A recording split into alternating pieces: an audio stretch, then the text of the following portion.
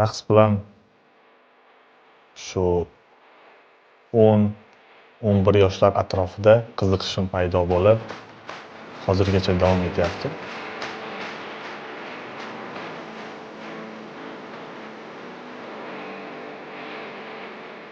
Bu narsani oyim yoshligimdan ko'rib borganlar, keyin katta bo'lganimda sal ozroq "Oyi, shu yo'nalishda shug'ullanmoqchiman" deganimda umuman yoqmagan.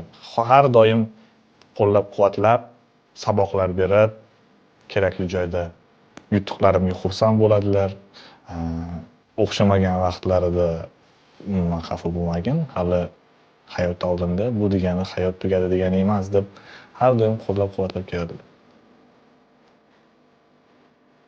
O'zi bog'chaga borib yurgan vaqtimda, maktabda boshlang'ich sinflarida ham tadbirlari bo'lganda jon deb chiqardim.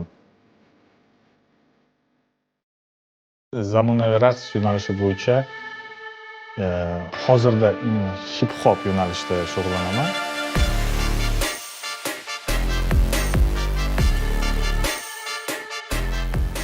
Raqssiz hayotimda his etolmasam kerak.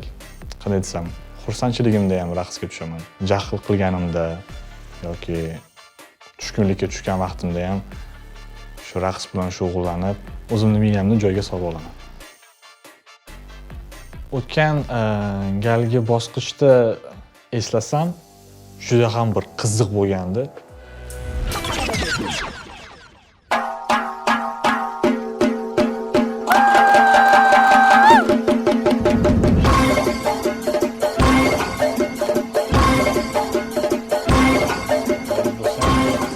Birinchi o'rinda bu o'zim uchun qo'yilgan bir maqsad amalga oshishi.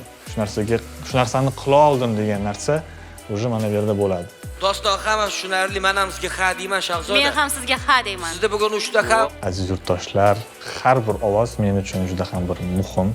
San'atimizni ko'rsatib, o'zbek xalqini yuqori darajaga ko'tarish menga juda ham muhim. Mening ismim Doston. O'zbekiston Got Talent sahnasida hip-hop bu oddiy bir harakatlar to'plami emasligini sizga isbotlayman. Doston Ubaydullayev